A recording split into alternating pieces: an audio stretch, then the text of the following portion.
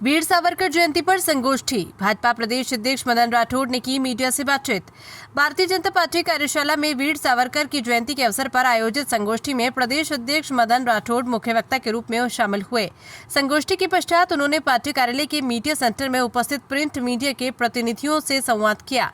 प्रदेश अध्यक्ष ने वीर सावरकर के विचारों, राष्ट्रवाद, त्याग और स्वतंत्रता संग्राम में उनके योगदान पर प्रकाश डालते हुए कहा कि सावरकर न केवल भारत स्वतंत्रता सेनानी थे बल्कि सामाजिक सुधारक, इतिहासकारक और दूरदर्शी चिंतक भी थे।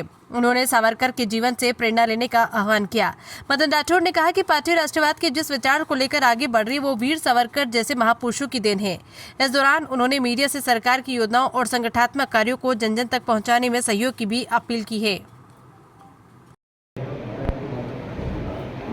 कई प्रकार के प्रयास किए गए। एक अहिंसात्मक आंदोलन था, दूसरे हमारे क्रांतिकारियों ने भी अपने तरीके से देश को आज़ाद कराने के लिए विभिन्न प्रयास किए थे। इसमें नेताजी सुभाष चंद्र बोस, वो भी कांग्रेस के अध्यक्ष भी रहे, कांग्रेस में भी रहे और वो एक क्रांतिकारी आंदोलन करना चाहते थे। महात्मा गांधी जी, जवाहरलाल जी नेहरू वो अहिंसात्मक आंदोलन करना चाहते थे। अपने अपने अच्छे प्रयास थे। सबका उद्देश्य एक था कि देश को आज़ाद करवाना, गुलामी से मुक्ति पाना। उन्हीं में वीर सावरकर, वीर विनायक दामोदर सावरकर, वो भी बहुत बड़े क्रांतिकारी थे। वो महात्मा गांधी जी के संपर्क में भी थे, लेकिन उन्होंने भी देखा कि आंदोलन कई प्रकार के करना चाहिए, विभिन्न प्रकार से आंदोलन किया जाना चाहिए। एक शांतिपूर्वक अहिंसात्मक आंदोलन किया जा रहा है वो भी ठीक है। एक दूसरे प्रकार से अंग्रेजों को यहाँ से भागना पड़े, उखड़ना पड़े, उसके लिए क्रांतिकारी तरीका भी अपनाया जाना चाहिए। उन्होंने भी क्रांतिकारियों को प्रेरणा देने का काम किया। अपने अपने तरीके हैं, सबका उद्देश्य एक था, देश को आज़ाद करना। तो आप सब जानते हैं, दुनिया जानती है, हिंदुस्तान का इतिहास भी बताता है कि वीर सावरकर को और यातनाएं दी गई, यातनाएं सही उन्होंने, फिर भी देश को गुलामी से मुक्त करवाने का आंदोलन छोड़ा नहीं। उनको काला पानी की सज़ा भी दी गई, 2 बार आजीवन कारावास भी दिया गया। सेलुलर जेल, जिसको काला पानी की जेल बोलते हैं, वहाँ पर उनको काल कोठरी में वर्षों बंद रखा गया।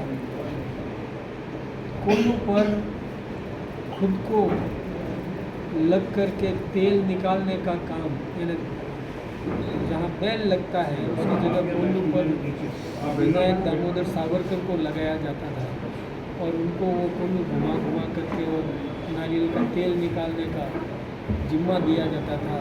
जो थोड़ा तेल कम निकलता तो कोड़े की मार पड़ती थी। ये सब यातनाएं उन्होंने सही। फिर भी उनको लगा कि मुझे और काम करना चाहिए और क्रांतिकारियों को तैयार करना चाहिए। तो उन्होंने एक बार जेल से समुद्र में छलांग लगाकर निकल करके और मुझे फिर से और क्रांतिकारी पैदा करना है, तैयार करना है। जागरण अभियान, जागृति, राष्ट्रभक्ति का भाव लोगों में पैदा करना है, संघर्ष की प्रेरणा देनी है और वो आए। दूसरी बार भी उनको काला पानी की सजा मिली, आजीवन कारावास की सजा मिली। उस महापुरुष को भूलना नहीं चाहिए। उनकी जो देश की आज़ादी के लिए जो प्रेरणा देने का जो उनका काम था उसको चिरस्मरणीय रखना चाहिए। उनके बलिदान को याद किया जाना चाहिए, उनके महत्वपूर्ण प्रयासों को सम्मान मिलना चाहिए।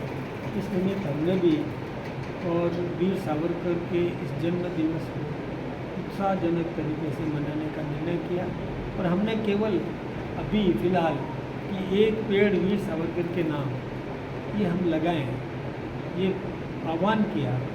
इससे निश्चित रूप से पर्यावरण को भी लाभ मिलेगा और हम उस महान सपूत, क्रांतिकारी सपूत को याद भी करेंगे, क्योंकि दी गई प्रेरणा को नई पीढ़ी में भी देना चाहते हैं, एक जागृति अभियान ये हम करना चाहते हैं। इस निमित्त हम यहाँ आए। आज सौभाग्य से मुझे भी अवसर मिला, हालांकि मैं आया हूँ प्रताप गौरव केंद्र पर, वहाँ एक आज शाम को समारोह है। कल महाराणा प्रताप की मूर्ति रुद्राभिषेक भी होगा। इन कार्यक्रमों में आया तो हम जहाँ भी जाते हैं तो इसी प्रकार का प्रयास करते हैं कि राष्ट्र के महापुरुषों को सम्मान दिया जाए, उनके दिए गए मार्गदर्शन को आम नागरिक तक पहुंचाने का काम करें।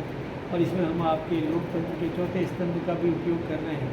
आपका बहुत बहुत धन्यवाद। वास्तव में आपने सही सवाल किया।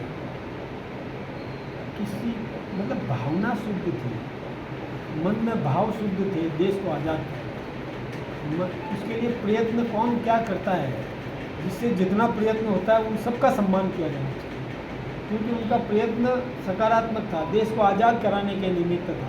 तो उनको भूलना नहीं चाहिए। और जो भुलाने की कोशिश कर रहे हैं, मैं सोचता हूँ वो क्रांतिकारियों के साथ न्याय नहीं था। उनके बलिदान को स्मरण करना चाहिए, उनको सम्मानित किया जाना चाहिए, ताकि नई पीढ़ी भी राष्ट्र के लिए सर्वस्व समर्पण करने के लिए तैयार रहे। 2014 से पहले की स्थिति और 2014 के बाद की स्थिति का यदि विश्लेषण करना चाहोगे तो आपको पता चल जाएगा। 14 से पहले भारत की दुनिया में प्रतिष्ठा क्या थी, 14 के बाद भारत की दुनिया में प्रतिष्ठा कितनी बढ़ी, नेतृत्व के प्रति कितना कॉन्फिडेंस पैदा हुआ, दुनिया में कितना सम्मान मिला। ये आप देख सकते हैं कि आज दुनिया के 40 से अधिक राष्ट्रों ने अपना सर्वोच्च सम्मान हमारे देश के प्रधानमंत्री आदरणीय नरेंद्र मोदी जी को दिया। ये हम गर्व कर सकते हैं। सड़कों के मामले में देख सकते हो कितना सुदृढ़ीकरण, रेल के मामले में देख सकते हो कि कितने नए स्टेशंस बने, आधुनिक प्लेटफॉर्म्स, आधुनिक स्टेशंस बने, कई ट्रेनें चालू हुई है, ऐसे ऐसे वंदे भारत जैसी ट्रेन तक की योजना बन रही, काम चल रहा है। यानी रेलों के मामले में भी हमने बहुत जनता को सुविधाएं देने की दृष्टि से, पर्यटन में सुधार करने की दृष्टि से हमने बहुत बड़ा काम किया।